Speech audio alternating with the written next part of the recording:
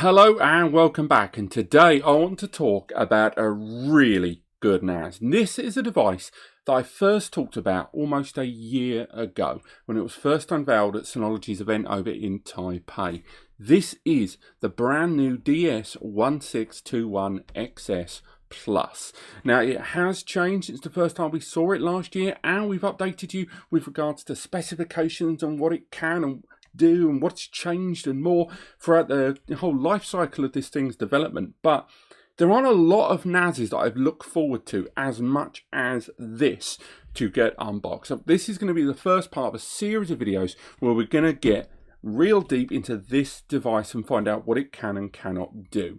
Now, to give you a bit of a preface before that, to put it out there straight away, this is going to be a very long video, just like some of my other earlier Synology launch videos. This is going to be a long review, but there will be a 5v5 quick version of this video, hopefully live in the next day or so. But this is the long haul review of the hardware that we've got here today.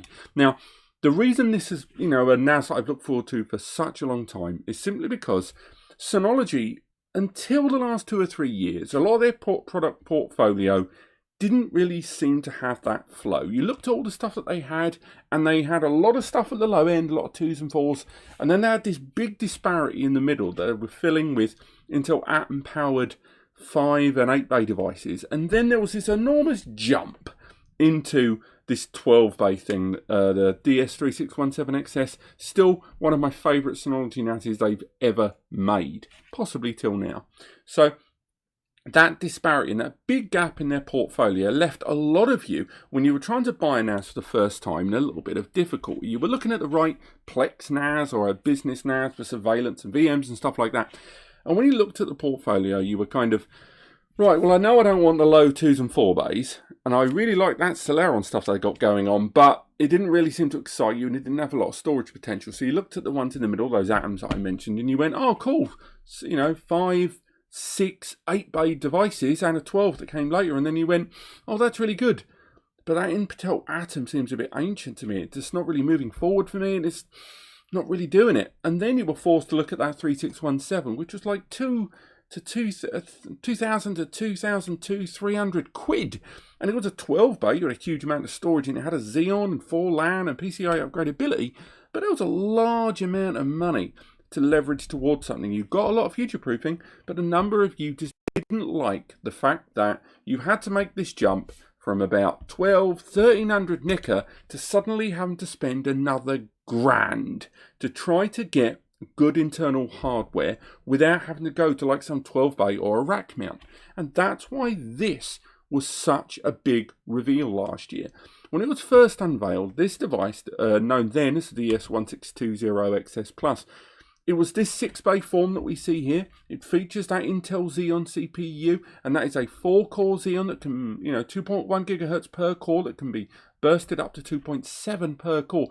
Well over 9,000 scoring on CPU benchmark. That CPU, as featured in the 3617, was a serious contender in terms of NAS CPUs. It has aged a tiny bit, but in terms of NAS development, that's just allowed them to eke a lot more out of it in terms of the R&D there in the background of those first-party apps.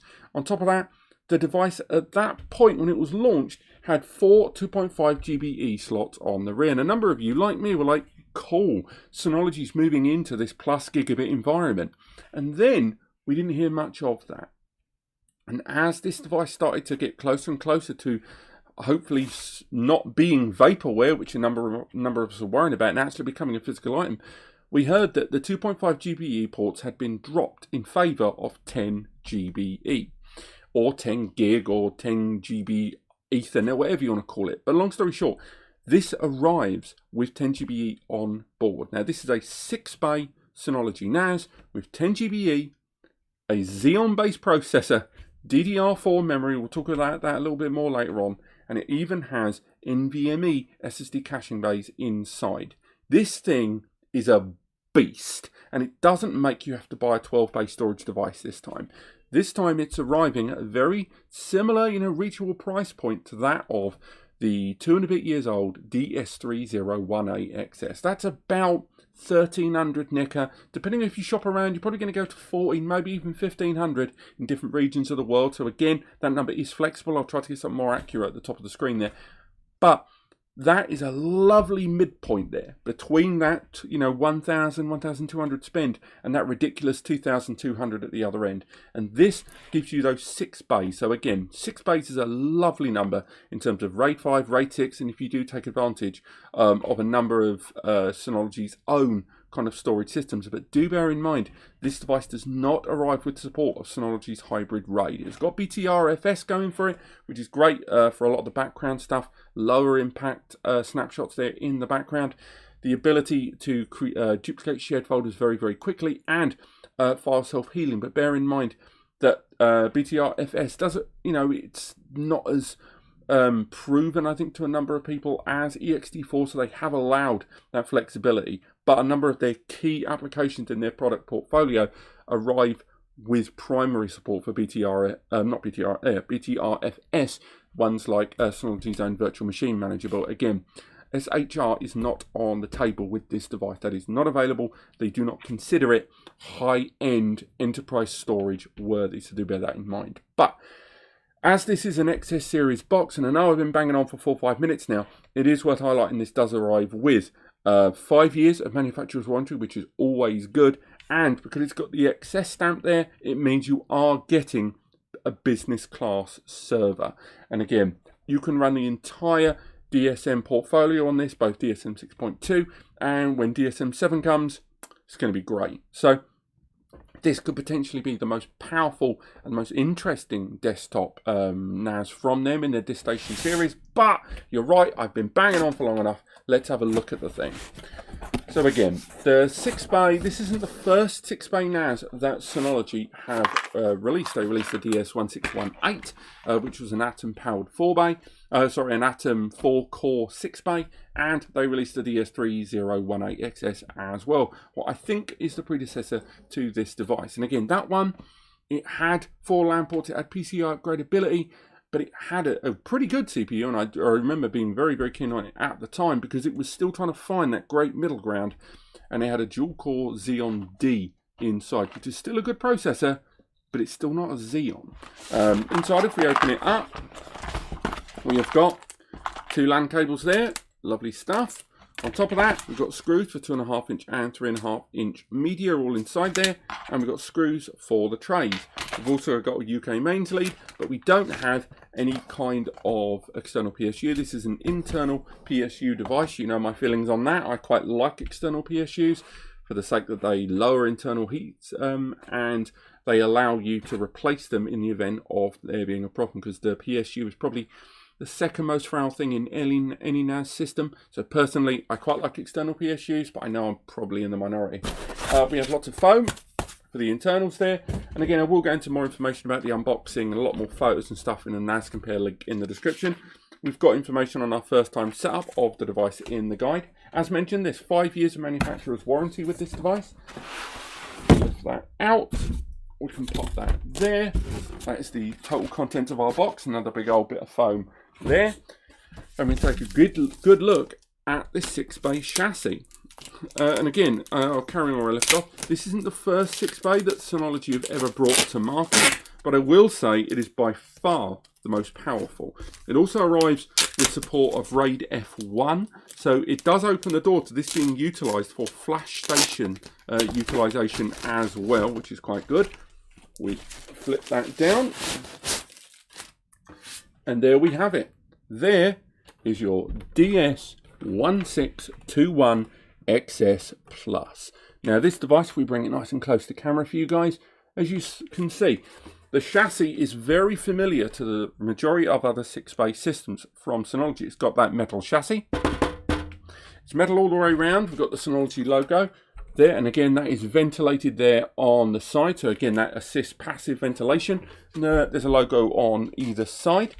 If we look at the front of the device and bring that closer to camera, we can see there the LEDs at the top for general system access and each of the individual network ports. There are 2 1 GBE ports and a single 10 GBE port. All of them are copper, so 10G base T, and RJ45 1G copper. If we look at the rear of this device, we can see those ports as well. And again, those ports, we've got them along with expandability there via those eSATA ports, with this device supporting 2 of the DX517 expansion chassis connected to either of those, allowing you to add another 10 bays of storage in this product's lifespan to the already available 6 bays. And on the side there, we've got USB ports that can be utilized by a small number of compatible devices. And again, you can use those USBs for adding to your multi-tiered backup strategy, or there's some network interface improvements you can do there with wireless dongles, but there's not many of those left. And you can make non-network devices network supported, if you will, but there's not a huge number of devices supported. I would rely on those pretty much predominantly for storage. There's no KVM support on this. Also, I didn't touch on the fact there is a PCIe slot there on the end there, and that PCIe slot is PCIe Gen 3x8. So again, around 8,000 megabytes per second single lane access, which means if you do install some of the cards that are available from Synology right now, so you've got 10G and dual port 10G cards, like the brand new E10G20T2, their new generation 2-port 10GB upgrade card. There's also SSD cache cards in the M2D20 and that combo card, the E10M20Ti card. But of course, this has already got 10G. That just allows you to add another 10GBE port if you choose, or even double port if you go down that road. On the front end, we remove the trays. Unsurprisingly, these are plastic trays, and again, screw holes for 2.5-inch and 3.5-inch drives, especially if you're going to go down that flash station route. Drives are easy to install. The sides of these clips do come straight off, and then you install the drive inside and pop the clips either side into there. And then again, this supports SATA drives. This isn't a SAS box. So you've got 6 bays there, the very latest NAS hard drives, currently at 16 TB, so you go on 16 TBs, with 18 and 20 TB drives just around the corner, thanks to HAMR, heat assisted magnetic recording. That's going to be part of their newer generation of drives. Again, they will be supported on this, but currently you are looking at 6 times 16 TB drives maximum, although you can run with a single drive, and you can run multiple RAIDs if you choose, with their own storage pool and volumes therein. But a lot of storage options, and of course you can fill it up on day one or scale it gradually over time if you choose. Now, we talked about that CPU earlier on. That CPU is a lovely bit of kit, and it has arrived on a few previous rack mount and one desktop NAS system from Synology in the past. That CPU doesn't have graphical embedding on it. It doesn't have any kind of dedicated graphics, so it doesn't have a transcoding engine, but it makes up for it with raw power. And again, the CPU benchmark score, and there's lots more information about that CPU, both in the NAS Compare article in the description, and when we go into more detail during the testing of this device, both with the caching system and 10GBE access speeds using UltraStar drives. Now, if we have a look inside, we can see those SATA bays. Let's try and get that light in the right angle. You can see those rear fans there are right over each of the SATA connectors. They're going to provide plenty of cooling across the drive media when this device is in operation. If you look at the other side, you can make out those 2 SODIMM slots there for your, sorry, those aren't the SODIMM slots. What am I saying? I was reading off the top of my head there. If you look at the inside there, that is our NVMe SSD caching bays inside. So they've, instead of putting the memory slots there, you can see there right now, those 2 NVMe SSD caching bays. PCIe Gen 3x4, each of those bays, slotting directly there into the side. And you don't even need a screwdriver as well. They're clipped in at the top. And again, there'll be loads more information in the NAS Compare NAS Compare article in the description. And again, those NVMEs cannot be used for raw storage. They are only for caching. Now, why is that? In the smaller generation units, one could argue the CPUs and the PCIe lanes open to them kind of limited the speeds and performance. But I think generally, in this case, even though the CPU and the chipset does open the door to that as functionality, Synology have just stopped it at the door because they want to focus on those caching improvements and what SSD caching brings to the table in terms of improving internal speeds of your slower traditional hard drive array by leveraging against that with the higher IOPS and performance that are possible from SSDs as a kind of hybrid storage. And DSM-7 is really doubling down on caching. It's one of the main reasons you are seeing NVMe SSD bays in pretty much all of the newer generation 20 Plus series from Synology. And it looks like the 21 Plus series is going to go that way as well. Inside, there's not much more than that. The main controller board at the back leads and is connected to another controller on the inside. And again, we've got that PCIe slot there. The device arrives with 8 gig of DDR4 memory, and that's ECC sodium DDR4 memory at 2666 megahertz. Synology themselves state that this device can support up to 32 gigabytes of memory, but what I will say is that CPU does go a bit higher. That CPU has the potential to go up to 128, but of course that is across multiple 32 gig slots. So I don't think officially you should exceed that really on a CPU like this, but I'm sure a number of you will try. Hell, I probably will try myself and let you guys know. The NVMe's, it will support, at the moment you can get them up to about 4 TB, but Synology does have their own range of SSDs in the SMV 3400 series right now. They're available at 400 gig, I think is the maximum capacity, but I'm sure that will get higher over time.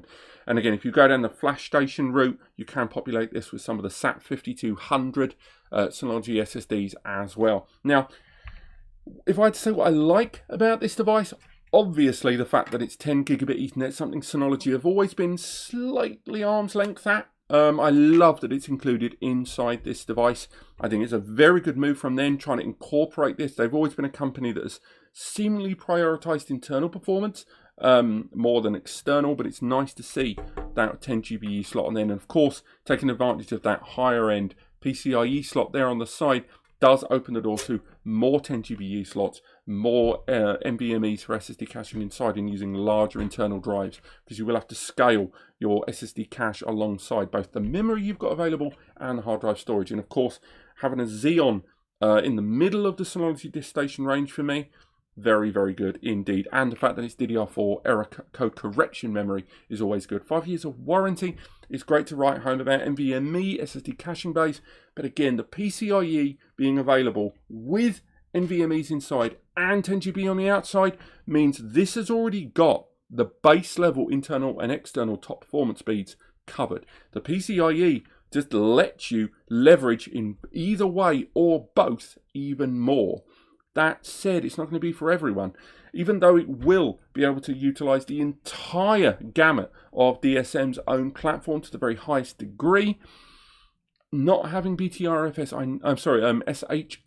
will annoy some of you. Synology's hybrid RAID system of having a fluid RAID system where you can incorporate larger or faster drives in the device's lifespan, obviously not on day one, but when you start running out of storage space and you want to add new drives, 3, 4, 5 years down the line, SHR has always been good for that mix matching. And I know a number of you aren't going to be overly keen on the idea this doesn't include it. Also, the fact those NVMe's SSD cache only may niggle some of you, particularly with an architecture like this device has. Another one not overly keen on is the fact that they've gone for adding 2 DX517 expansions, so 2 5-bay expansions bolted on either side, and not the 12-bay expansion, the DX1215. That expansion device is a 12-bay expansion. So rather than having that one expansion available for 12 bays, they're asking you to go for 2 5-bay expansions, each that are going to need their own power and their own dedicated slots, which, yes, one could argue it's better to have 5 drives connected via one eSATA 6 gigabits per second connection, but the 12-bay uses proprietary external SAS, and it gets around that and gives you 12 gigs, so that's not really much of a counter-argument. And finally, some of you might not be overly keen the similarity between this and the 12-bay device. And a number of you, although you bought the 12-bay, the 3617XS, because of the CPU and the memory combination, a number of you bought it because it had both that and 12 bays of storage. And when you look at this, some of you might not think 6 bays is enough storage. Me personally, that's only a negative I give out there for you guys, because me personally, I like this happy medium of raw internal power internal performance measures, external performance measures, and 6 bays in a modern age of the size of the latest hard drives these days, 6 bays is good. And even in a RAID 6, you're still going to have 4 bays that you can fill with 4, 6, 8, 10, 12, 16 TB drives. That's a lot to write home about. But otherwise, I really like the DS1621xs Plus. We'll be doing more with this. I'm just going to grab myself a screwdriver and in this video, taking it apart. Let's take a good look inside. Let's get the top of this chassis off. And again, it's secured all the way around the edge by multiple screws you have to remove from the rear. It'll be good to see how clean the inside of this device actually is. Generally, you find with devices like this that cooling is going to be paramount, especially with Xeon-based processors, which generate quite a lot of heat because they're quite powerful. When we were talking about the SA3400 recently, it was a 12-core CPU there. It had quite the most phenomenal heat dissipation via a heatsink that was embedded onto it. So generally, you find very few Synology NASs will feature a active cooling fan, and I don't think this device will. I think we are going to be looking at a NAS that is going to be using a heatsink. On top of that, as it's a completely metal chassis, although some of this metal is going to be used for heat dissipation, so it does help with some of that temperature cooling, it is worth highlighting that it is still a metal NAS. It's going to have 6 bays down the front and the 2 fans, and if you start putting enterprise-grade hard drives in this, it's going to be noisier than a plastic chassis. Not because of the NAS itself, but because the drive you utilize will click, whir, hum, particularly enterprise ones, 7200 RPM sort of sizes with multiple platters to have that dense storage. That vibration is going to feed through the device. It tries to dampen it as much as it can, but metal chassis with enterprise drives, they're always going to be noisier. So, and if you are going to utilize this for 10 GBE point-to-point, like you're a video or photo editor that's connected to this directly from 10 GBE or using a 10G adapter, you're going to be in quite close proximity, so bear that in mind. We remove the metal chassis there. You can see the filters there that we talked about earlier on with the logo. Move that over there, and we can take a good look at this device internally. So on that side, we can see that PCIe slot there. And again, that PCIe Gen 3 x 8, so you can get some decent length ones inside there. Those cards, and again, there are Mellanox and Intel supported cards, but Synology are quite, keen on people utilizing their own PCIe cards. They don't limit the compatibility on those cards inside this device by any means, but they do like people using supported configurations so they can, provide support when it's needed on configurations that they're clued up on. And again, I know a number of you don't agree with that. There's an argument on both sides. On the other side, we've got a big old PSU there. Now, this PSU here is what keeps things, moving internally. You've got a very demanding, powerful CPU inside there. You've got 6 bays, NVMe, and even 10 GBE is going to generate or going to consume quite a lot of power whilst in operation. And we're going to go for a complete strip down on this device so we can take a good look at the internal CPU and more. And of course, on the base of the device, we've got the little slot there that gives us a nice metal covered bay where our 2 sodium DDR4 ECC memory slots live. But this has been my hardware review of the DS1621xs Plus. I have looked forward to this device. It has not disappointed me thus far, and I am looking forward to seeing when we get this on the test bench after we dismantled it and put it back together again, whether it will live up to its quite heavy going reputation. I hope you guys have enjoyed this. Do visit the NAS Compare link in the description and visit the guides at span.com if you want to get hold of your NAS. 25 years in the biz and know what they're doing. Click like if you've enjoyed the video, click subscribe to learn more, and I will see you next time.